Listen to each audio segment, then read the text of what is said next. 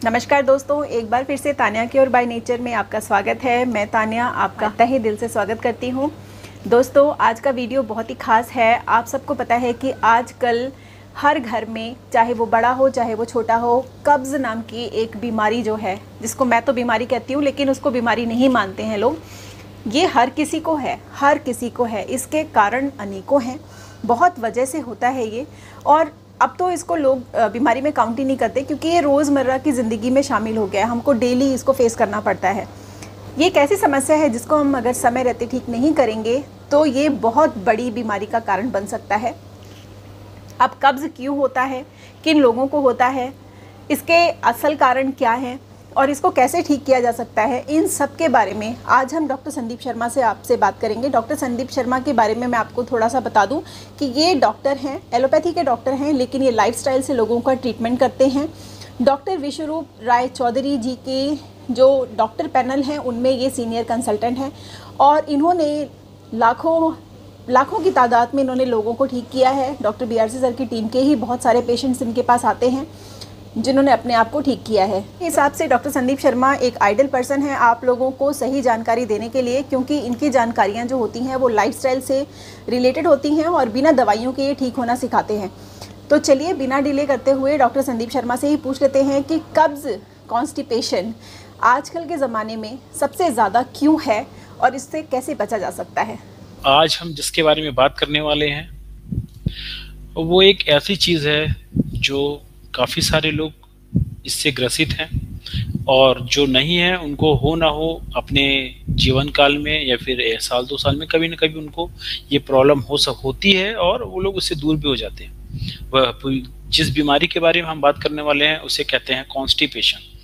Constipation एक ऐसी चीज़ है जो कभी ना कभी आप ना महसूस किए होंगे, कभी न कभी आप इसमें रहा होगा और आप कुछ दिन में ठीक भी हो गए होंगे। लेकिन अगर ये बीमारी कंटिन्यूअस है, अगर ये प्रॉब्लम आपको डेली के डेली हो रही है, कंटिन्यूअस हो रही है, आपको स्टूल पास करने में, मोशन जाने में बहुत हार्ड स्टूल पास हो रहा है, बहुत पेनफुल स्टूल पास हो रहा है, बहुत ज़्यादा प्रेशर लगाने के बाद पास हो रहा है, 2 दिन 3 दिन डिले से हो रहा है, तब आप एक कॉन्स्टिपेशन के पेशेंट हैं।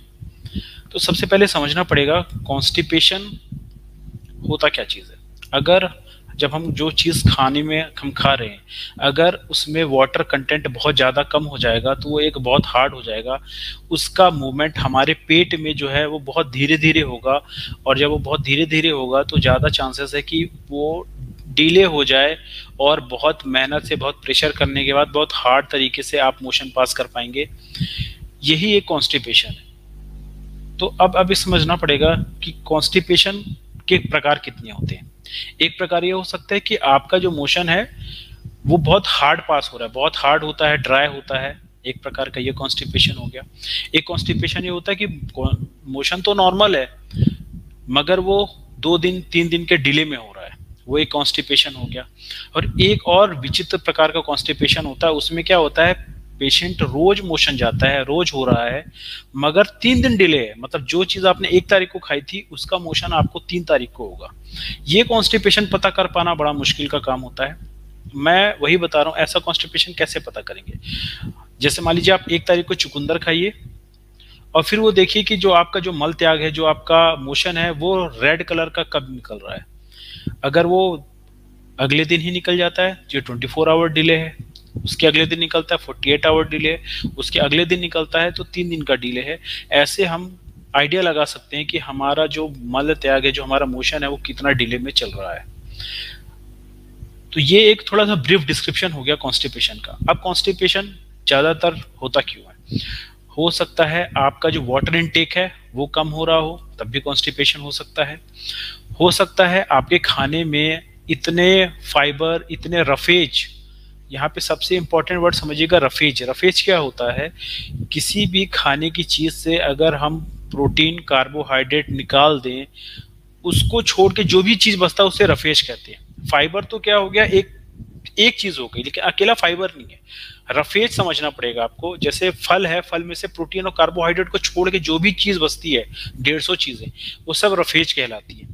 रफेज बहुत इंपॉर्टेंट है ओवरऑल हमारे पेट में जो खाना मूव करता है, जो फूड मूव करता है, उसको विज्ञान के भाषा में कहते हैं पेरिस्टालसिस मूवमेंट। पेरिस्टालसिस मूवमेंट क्या होता है? खाना, हमारा जो स्टमक है वो खाने को पुश करता है जिस मोशन से, उसे कहते हैं पेरिस्टालसिस मूवमेंट। उस पेरिस्टालसिस मूवमेंट में अगर रफेज ज्यादा होगा तो हमारे शरीर को, हमारी पाचन तंत्र, तंत्रिका जो है उसको वो पेरिस्टालसिस मूवमेंट आराम से मूव कर पाएगा पूरे 50-51 फीट के, जो 51 फीट का जो हमारा पाइप है उसमें। अगर रफेज हमारे शरीर में कम होगा, कॉन्स्टिपेशन के शिकार हम हो सकते हैं। दूसरा कारण हो सकता है आपके शरीर में बैक्टीरिया की कमी हो गई। देखिए, बैक्टीरिया हमारे लिए खतरनाक भी है, हार्मफुल भी है और अच्छे भी है। अगर मान लीजिए आप एंटीबायोटिक्स पे हैं तो अच्छे बैक्टीरिया का नंबर कम हो जाएगा और बुरे बैक्टीरिया का नंबर बढ़ जाएगा, उससे भी आप कॉन्स्टिपेशन हो सकता है आपके खाने पे उतना फ्रूट्स, वेजिटेबल्स ही ना हो, उतने प्रचुर मात्रा में आप फाइबर्स ही ना ले पा रहे हो, रफेज ही ना ले पा रहे हो, तब भी कॉन्स्टिपेशन हो सकता है सब कुछ ठीक है लेकिन आपका वाटर इनटेक कम है, तब भी हो सकता है आपका खाना बहुत ज्यादा प्रोसेस्ड हो, क्योंकि जब फूड प्रोसेसिंग होती है उसमें होता ही है कि हम रफेज निकाल देते हैं, उस कंडीशन में भी कॉन्स्टिपेशन होता है। मान लीजिए जैसे आप ज्यादातर पिज्जा ही खा रहे हैं या चिप्स खा रहे हैं या बिस्किट खा रहे हैं या फिर रिफाइंड चीजें खा रहे हैं, मैदा खा रहे हैं, तो ऐसे लोग जो खा रहे हैं उनको कॉन्स्टिपेशन होता है, वो जानते भी हैं इस बात को। तो अब आइए समझते हैं कॉन्स्टिपेशन अगर बहुत दिनों तक रहा तो उसके क्या क्या परिणाम हो सकते हैं।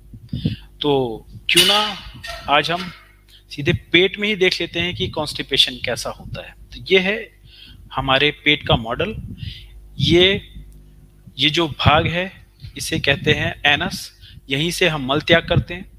अगर यहाँ से मल त्याग करते हैं, खाना पूरा मूव करता हुआ यहाँ से पूरा घूमता है और यहाँ से घूमता हुआ पूरा ये मल द्वार से हो जाता है। ये जो स्ट्रक्चर है इसे कहते हैं कोलन और ये वाला पार्ट है इसे कहते हैं रेक्टम। अगर ये जो पार्ट है यहीं से पूरा वाटर एब्जॉर्प्शन होता है, यहीं पे बहुत सारे बैक्टीरिया होते हैं और यहीं से प्रोसेस होता है।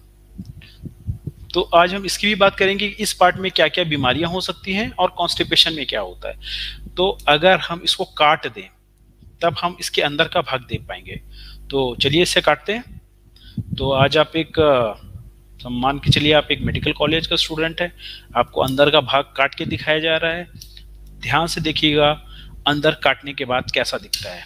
वो दिखता है कुछ ऐसा, ये कट गया। अब यहाँ पे देखिए क्या क्या हो सकता है। अगर कॉन्स्टिपेशन, ये जो चीज है ये चीज है, इसे कहते हैं स्ट्रक्चर हो सकता है। ये स्ट्रक्चर हो सकता है मतलब यहाँ ये जो चीजें हैं ये इतनी कड़ी हो जाएं कि यहाँ पे मल आके फंस जाए और सूखा रह जाए। स्ट्रक्चर एक कारण हो सकता है ये जो पाइप है ये बहुत पतला हो जाए किसी जगह पे, तब भी ऐसा हो सकता है। अगर कॉन्स्टिपेशन ऐसा ही रहा और यहाँ पे अगर आप पानी नहीं पिएंगे इनफ ज्यादा अमाउंट में जितना शरीर को चाहिए, तो क्या होगा, ये जो हमारा कोलन है इसका काम है वाटर एब्जॉर्ब करना। अगर आपके शरीर में पानी की कमी होगी तो ये जो खाना आपके इन पाइपों से मूव करते हुए जो आ रहा है वो क्या होगा, बहुत ज्यादा पानी एब्जॉर्ब कर लेगा, तो ये सूखा हो जाएगा, तो कॉन्स्टिपेशन क्रिएट हो जाएगा। ठीक है, तो इनफ अमाउंट में पानी पीना भी जरूरी है और जो हम खाना खा रहे हैं जो इससे मूव करेगा उसमें रफेज फाइबर होना जरूरी है ताकि वो पानी को पकड़ के रखे और हमारा ये जो कॉलन, ये जो पेट का पार्ट है, इसको पेरिस्टालसिस मूवमेंट के द्वारा इसको यहाँ से यहाँ आराम से मूव करा जाए। ये अब यहाँ पे एक और बीमारी होती है जिसे कहते हैं डाइवर्टिकुलाइटिस। डाइवर्टिकुलाइटिस क्या होता है? डाइवर्टिकुलाइटिस क्या होता है, ध्यान से देखिएगा। ये जो चीज है, जो गोल गोल, ये जो पेट का जो मोटापा, जो थिकनेस है उसमें जो घुस गया है, ये क्या होता है, जो आपका मल है वो इसके अंदर घुस जाता है और यहाँ पे इन्फेक्शन हो जाता है। इसे कहते हैं डाइवर्टिकुलाइटिस। मतलब जब आप बहुत ताकत लगा के, प्रेशर लगा के जब आप मोशन करते हैं तो इस ताकत की वजह से कुछ मल का पार्ट आपके यहाँ धंस जाता है और ऐसा छेद बना के, ऐसा पॉकेट बना के अंदर घुस जाता है। इसे कहते हैं डाइवर्टिकुलाइटिस। अगर ये ऐसा हो गया तो यहाँ पे इन्फेक्शन और पेन होगा। फिर क्या होगा, ये एक बार घुस गया तो फिर इसका निकलने का चांस बहुत कम हो जाता है, क्योंकि आप पहले से ही बहुत ड्राई, आपका जो मल है वो हो चुका है। इसे कहते हैं डाइवर्टिकुलाइटिस।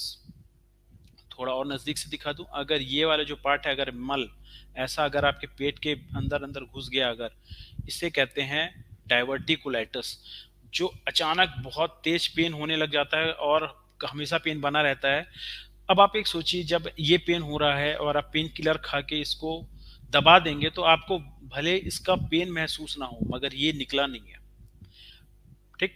तो इसलिए हमें कॉन्स्टिपेशन से बचना, कॉन्स्टिपेशन पे ध्यान रखना और उसके हिसाब से खाना बहुत जरूरी है, क्योंकि ऐसी चीजें भी हो सकती हैं।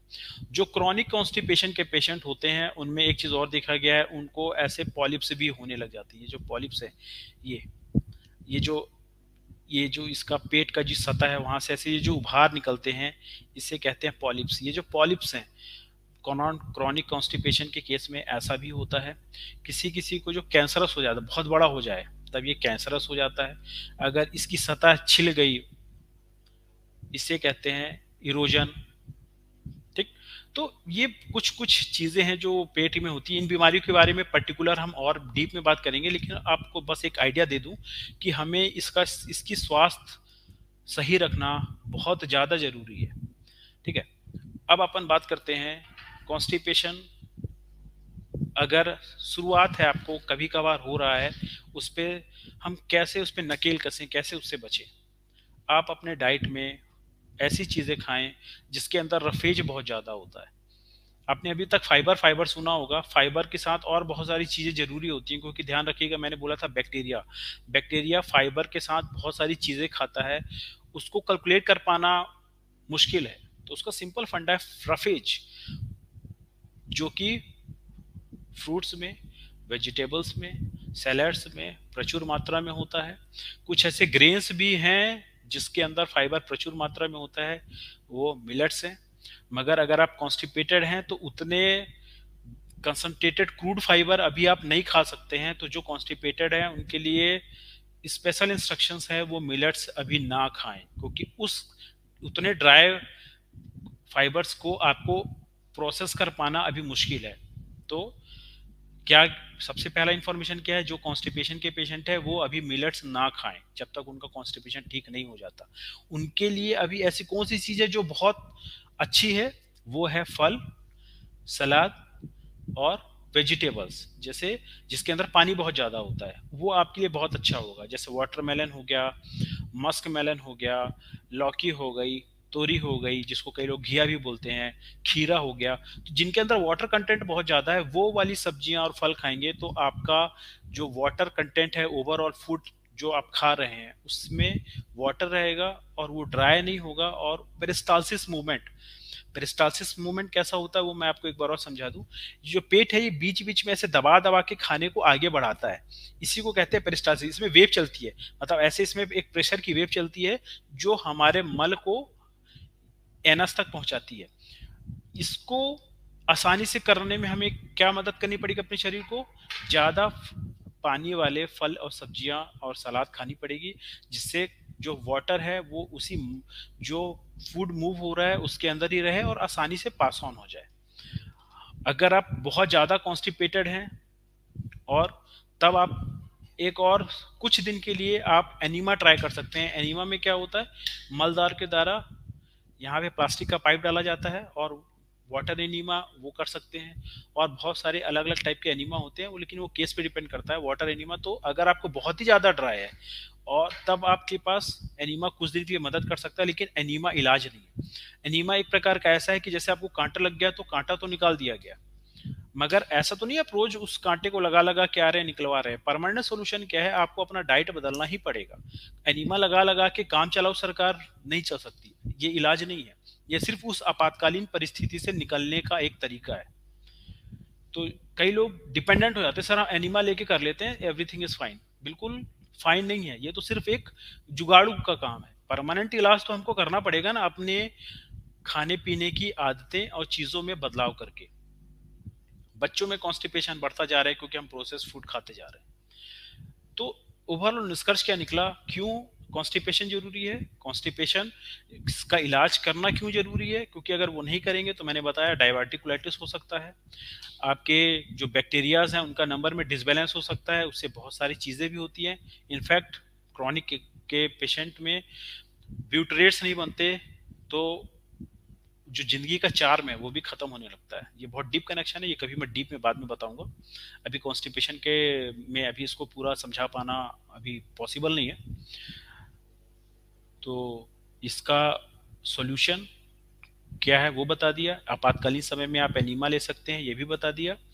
और इसको इलाज करना जरूरी है, अदरवाइज इसके कॉन्सिक्वेंसेस क्या हो सकते हैं, इसका क्या परिणाम हो सकता है वो मैंने बता दिया। डायवर्टिकुलाइटिस, किसी किसी को फिशर हो जाता है, किसी किसी को पाइल्स हो जाता है, वो सब इन्हीं के कॉन्सिक्वेंसेस हैं। और बहुत ज़्यादा जो क्रॉनिक पेशेंट होते हैं उनमें पॉलिप्स डेवलप होने लग जाते हैं, कईयों को ट्यूमर हो जाता है। तो क्यों ना हम जहां से स्टार्ट हो रहा है वहीं पे ही इलाज कर दें, तो ये सब चीजें आगे होने के जो चांसेस हैं वो कम हो जाएंगे। इसी नोट के साथ ये वीडियो समाप्त करते हैं और मिलते हैं आपको अगली वीडियो के साथ।